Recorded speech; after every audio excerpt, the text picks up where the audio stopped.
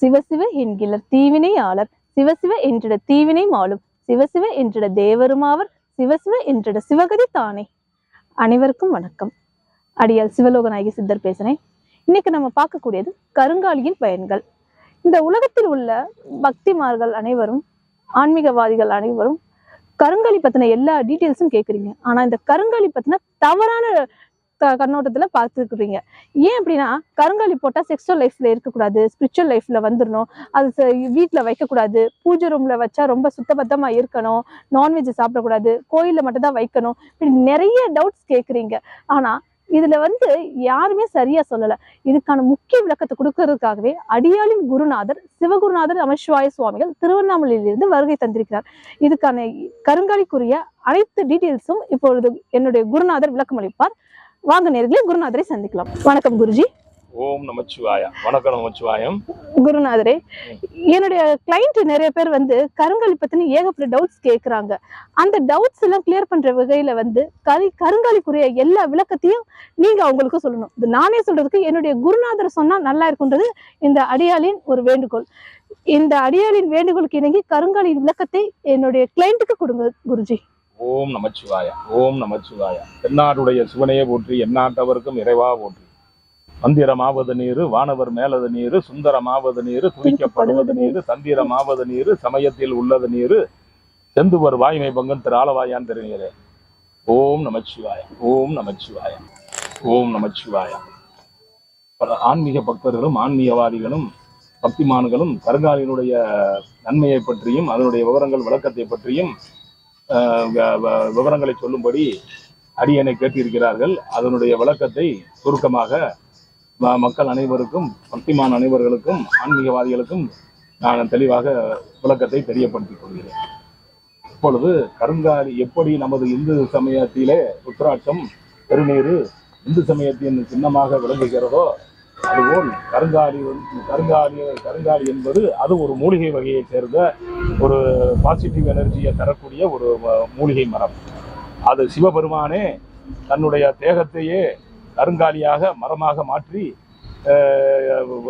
மக்களுக்கு மூலிகை வடிவத்திலே அருள்வாளிக்க வேண்டும் என்ற தத்துவத்தின் அடிப்படையிலே கருங்காலி மரமாக சிவபெருமானே கருங்காலி மரமாக இருப்பதாக சித்தருடைய வேதங்கள் புராணங்கள் கூறுகின்றது.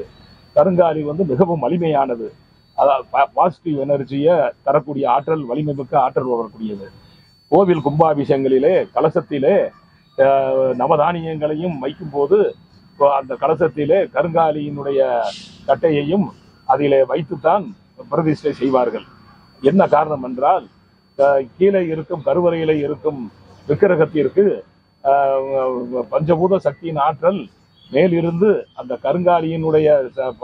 கருங்காலி பாசிட்டிவ் எனர்ஜியை ஈர்க்கக்கூடிய ஆற்றல் உள்ளதால் அதனுடைய சக்தியை, பாசிட்டிவ் எனர்ஜியை முழுவதுமாக உள்வாங்கி கீழே கருவறையிலே இருக்கும் விக்கிரகத்திற்கு, அந்த தெய்வத்திற்கு சக்தியை கொடுப்பதால் நாம் கருவறைக்கு முன்னால் நின்று வழிபடும் போது மக்கள் தன்னுடைய குறைகளை சொல்லி இருக்கும்போது அதனுடைய பாசிட்டிவ் எனர்ஜி இறைவனை கருவறையிலே நோக்கி வணங்கும் போது அதனுடைய சக்தி வணங்கக்கூடியவர்களுக்கும் அதனுடைய சக்தி வருகிறது.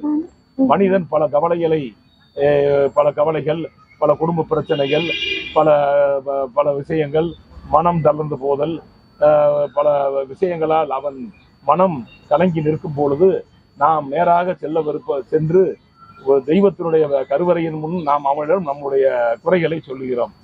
அந்த குறைகளை சொல்லும் பொழுது அந்த இடத்திலே நம் மனம் அங்கே ஒன்றுபடுகிறது. அங்கே கருவறையில இருக்க விக்கிரகத்திடம் நம் மனம் ஒன்றுபடும் போது கருவறையில இருக்கக்கூடிய பாசிட்டிவ் எனர்ஜியானது, பஞ்சபூத சக்தியின் ஆற்றலானது நமக்கு அது சேருகிறது. அப்போது மனம் ஒரு அமைதிப்படுகிறது, ஒரு நிலைப்படுகிறது. நம்முடைய பிரச்சனையெல்லாம் அந்த இடத்திலே மறந்து நமக்கு ஒரு வழி கிடைக்கிறது, அதாவது ஒரு ஒளி கிடைக்கிறது.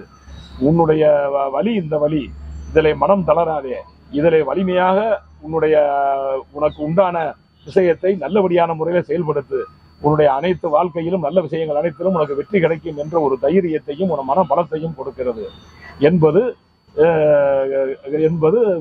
பாசிட்டிவ் எனர்ஜியுடைய ஒரு நம் கருவறைகளை வழிபடக்கூடிய ஒரு தெய்வத்தை வழிபடும் போது அது நமக்காக கிடைக்கக்கூடிய ஒரு மகத்தான ஆற்றல்.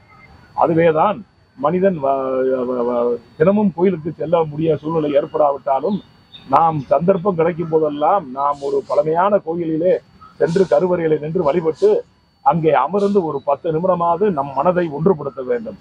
எப்படி சித்தருடைய ஜீவ சமாதி முக்தி கடாச்ச அருக்கடாச்ச இலகையிலே நமக்கு ஒரு பாசிட்டிவ் எனர்ஜி, ஒரு வலிமை கிடைக்கிறதோ, ஒரு அருள் கிடைக்கிறதோ, அதே போல் கருவறையிலே நாம் தெய்வத்திடம் அமர்ந்து வழிபடும் போது நமக்கு அந்த ஒரு மகா சக்தி கிடைக்கிறது. அது நம் வாழ்க்கையின் உள்ள கஷ்டங்களையும் மனக்குழப்பங்களையும் பிரச்சனைகளையும் தீர்ப்பதற்கான ஒரு ஞானத்தை நம் மனத்திலே ஏற்படுத்துகிறது. இதுவே ஒரு ஞான தத்துவம்.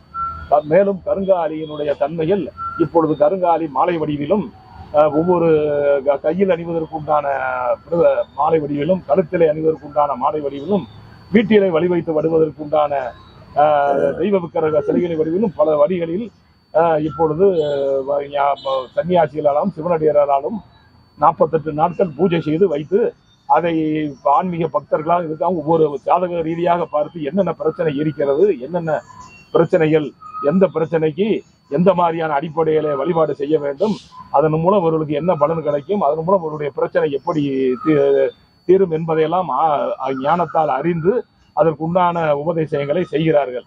ஆகவே கருங்காலி வீட்டிலே தாராளமாக வைத்து வழிபடலாம்.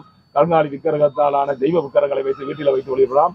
நாம் கழுத்திலே மானையாக அணிந்து கொள்ளலாம், கையில் காப்பாக அணிந்து கொள்ளலாம்.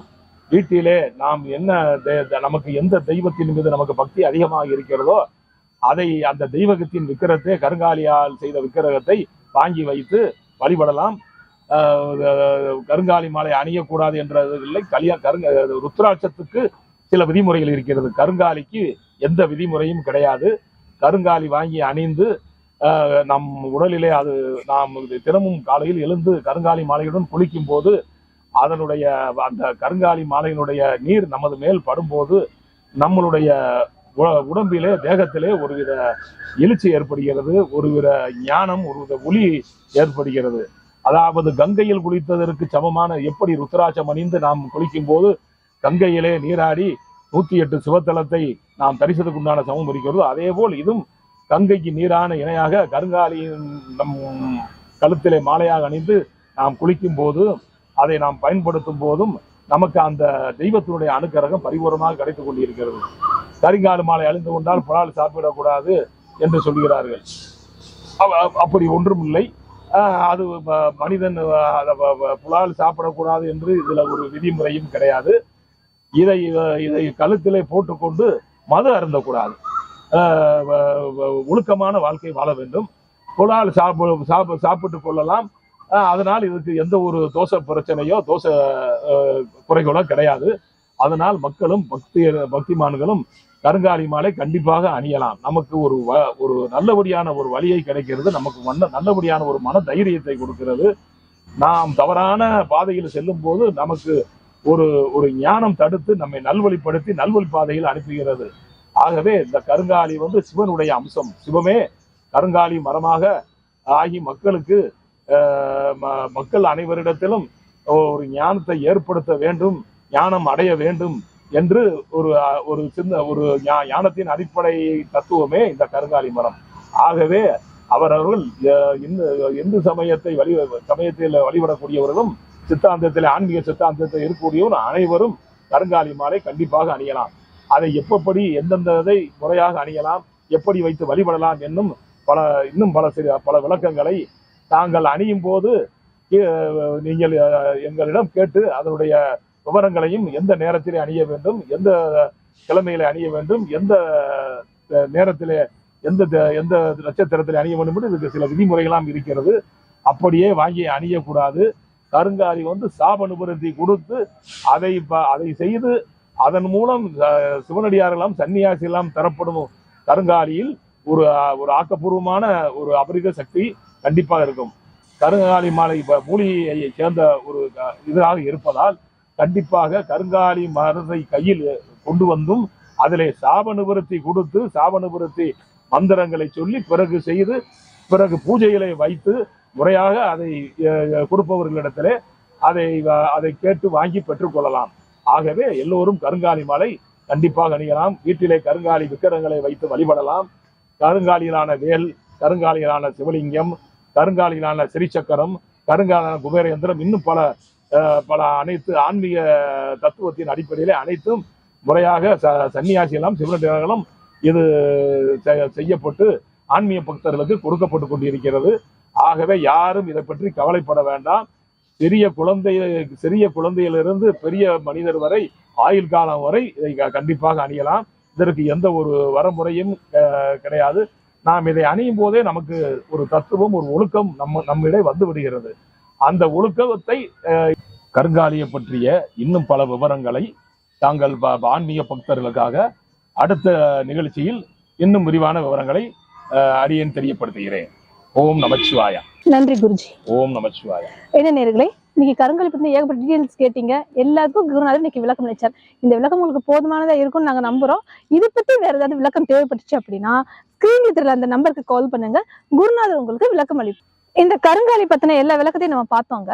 ஆனா இந்த கருங்காலி அனைத்துமே காசிலிருந்து சிவனடியார்களாலும் சன்னியாசிகளாலும் கொண்டு வரப்பட்ட பவர்ஃபுல் கருங்காலி. கருங்காலி அணியணுன்ற விருப்பம் உள்ளவர்கள் நேரில் பெற்றுக்கொள்ளலாம். அப்படி வர முடியாதவர்கள் கொரியர் மூலமாவும் நாங்க அனுப்பி வைப்போம். ஆனா அப்படி கொரியர் மூலம் அனுப்பி வைக்கணுன்றவங்க இந்த ஸ்கிரீன்ல தெரியல நம்பருக்கு கால் பண்ணுங்க. எங்களுக்கு உங்களுடைய ராசி நட்சத்திரம் பண்ற விளக்கங்கள் தேவை.